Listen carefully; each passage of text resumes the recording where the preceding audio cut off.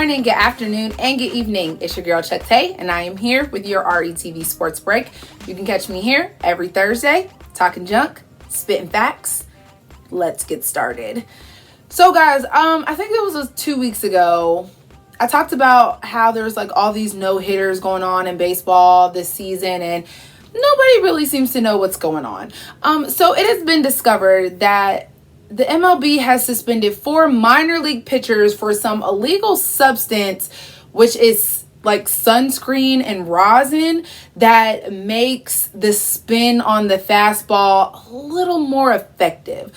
So they've suspended these minor league pitchers, and they're trying to figure out if this is what's happening in the majors as well. No real concrete evidence, but what they're saying now, according to ESPN, is that the compliance things that are supposed to go on with the game balls and all of the protocols are not quite being followed in the way that they're supposed to be. So it remains to be seen if this is actually why 6 no-hitters have happened this season, or if pitchers are just doing their job. You know, it's a little hard to tell, but I just thought that was very interesting because you get cheating in baseball, right? But this level, like, this is like Deflategate. We're going to call it Rosin Gate because I don't really know what else to call it. And I just feel like when you stick gate on something, it makes it sound way more scandalous. So we're going to call it Rosin Gate, and we're going to follow that until somebody can say that this is or is not a thing. I guess we'll find out sooner or later. Next up on the docket today. I didn't know if I wanted to put this at the beginning, at the end. So we're just going to stick it right here. Naomi Osaka, wonderful, amazing. I love her. Again, in the fields, lots of things hit me in the fields this season, guys. She has removed herself from the French Open after being fined by said Open because she didn't want to talk to the press. Why doesn't she want to talk to the press? Because it is affecting her mental health. Now, mental health is a group of words. I guess you wouldn't call it a phrase. A group of words that has been very important, especially in the last year as we have all been sitting in the house, not being able to see our friends, our families, not being able to do things that we would normally do, having to literally have half of your face covered up when you leave your home or domicile. It's a big deal. We had a whole Kevin Love NBA series on mental health. Was that 2 years ago? So how all of this started. Naomi didn't want to talk to the press because, again, she's saying it's messing with her mental health. Of course, if you lose, then they're all in your face asking you crazy questions. Even if you win, they're all in your face asking you crazy questions, asking you things that you probably don't have any control over. And it really can mess with you. And I can understand that because I remember a few years ago, Kevin Durant went through a similar thing. He didn't say like, I'm not doing press, but they lost. I think it was no, it was not Kevin Durant. It was Cam Newton, the Panthers, they lost. I don't really remember all of the logistics, but he is in the press conference and they're saying, oh, he's a diva and he's throwing a hissy fit. And I'm just like, what? I never really understood exactly why y'all felt pressed. And when I say y'all, I mean the press, to speak with the loser like right away. Like, can I have a second to be pissed off that I lost? I need a minute. It also very much reminds me of Chris Webber and Timeout Gate. Again, when you add gate to things, it sounds way more scandalous. Timeout Gate, and how he wasn't super ready to talk to the press after either. So I understand. I understand where Naomi is coming from, because what I don't understand is why the press. I get it. It's your job to talk to people, but can you give me a minute? Just give me a second. Just one. So she says, I'm not talking to the press. French Open fines her $15,000. So she said, you know what? Don't even worry about it. I'm just going to remove myself from this entire equation because it's not worth it. Apparently, she has been struggling since she won her first Grand Slam. And I can understand as a young person, as a young woman, how that could be affecting her. And I'm not even that important. But I can understand how when things are happening in your life and you're on somebody's radar at almost every waking moment of your life, how that can be stressful and how it could really take a toll on your mental, on your body. And she plays a physical sport, while no one is touching her. Like, tennis is not, like, people think it's just hitting the ball back and forth, but do y'all really see that it's athleticism with that sport? So I understand, and I stand with Naomi, and it seems there's not too many people or entities, corporations, what have you, that are not standing with Naomi, but it's just very important for everyone. Take care of yourself.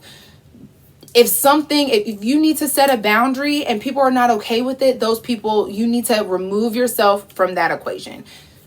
And that's what I have to say about that. Naomi, I support you, whether that means a little or a lot. I am here. I understand. I am with it. And I hope that you are able to take this time to get back to where you need to get back to so you can continue doing the thing that you love. So there's that, guys. Next up on the list, breaking news as of today, in the time in which I am talking to my iPad, ChucTayyy, after 41 seasons at Duke, has said, I'm going to hang it up. 74-year-old, winningest D1 men's basketball coach ever, 5 championships, 41 seasons. If Roy could do it, so can I. I'm a head out like SpongeBob. I never would have thought I would see the day. I mean, I didn't think that I would see the day that Roy Williams said, not for me. But at 74, I didn't know Coach K was that old. I was thinking like 41 seasons. How old is he? I mean, he doesn't look super young, but 74, my God, he got AARP like 14 years ago. You don't need to do this. I digress. This is a big change for basketball, especially now you have a new UNC coach. The assistant coach for Duke is going to step up and be the coach in waiting until whatever happens over there.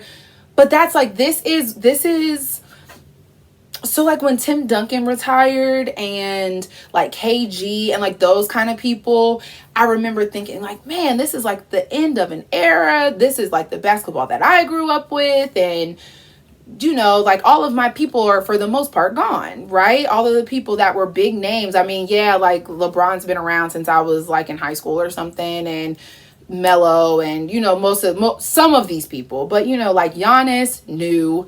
Kyrie, newish. KD, newish.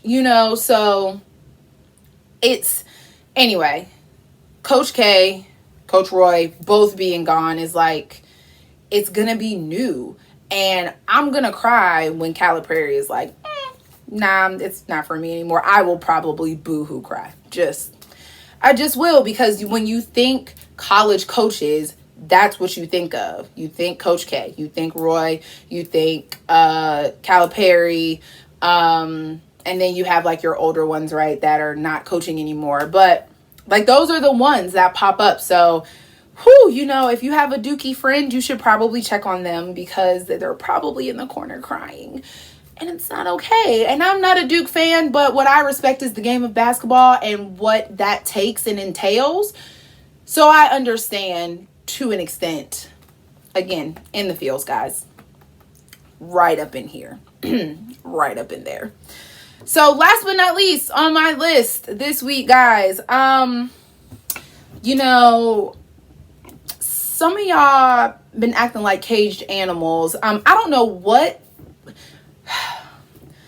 So in the last week and a half, we have had Trae Young was spit on. Kyrie had a water bottle thrown at him. Russell Westbrook had popcorn thrown on him. A fan has run on the court in Washington.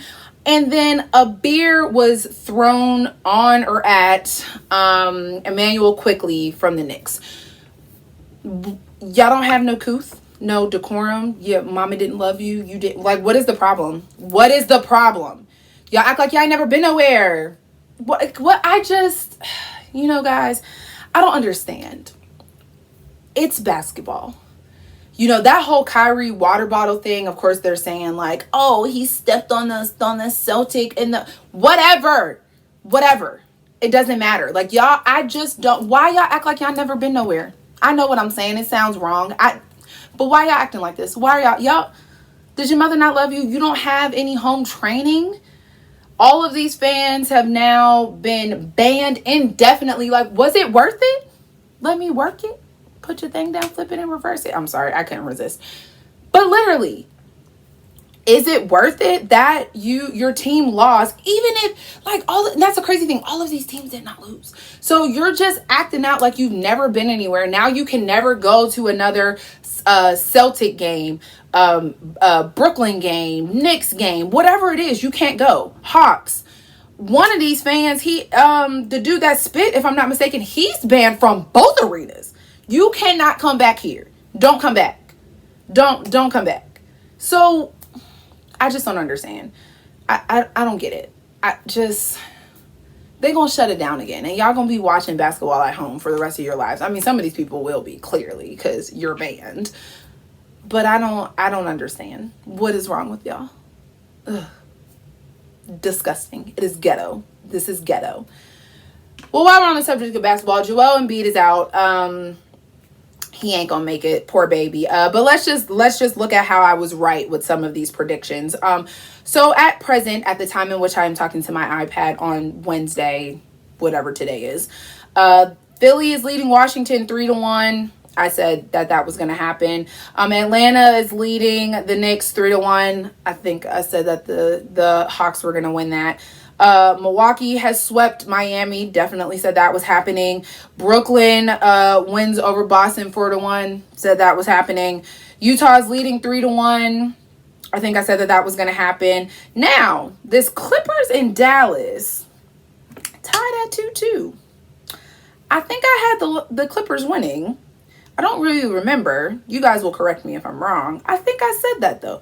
So, it's still anybody's series at this point. Denver is leading Portland 3-2, and the Lakers weren't even there for game 5. They weren't there. The Monstars came prematurely and took their stuff ahead of the Space Jam premiere in July. They weren't there. They just weren't there. It's okay. They weren't there. But Phoenix is currently leading 3-2. So, one more game and the Lakers go home, and I'm okay with it. I'm okay with it, guys. It's fine. So at present, what this next round is looking like, or conference semis, I should say, we have Brooklyn and Milwaukee. I am gonna go with Brooklyn. The medium 3, they're doing all right. They're all right with me right now. We'll call them extra medium 3. You're not quite big, extra medium 3. They're doing okay. So, I'm gonna roll with Brooklyn on that one.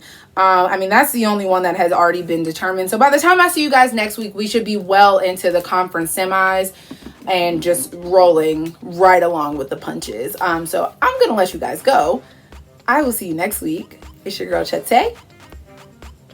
Bye.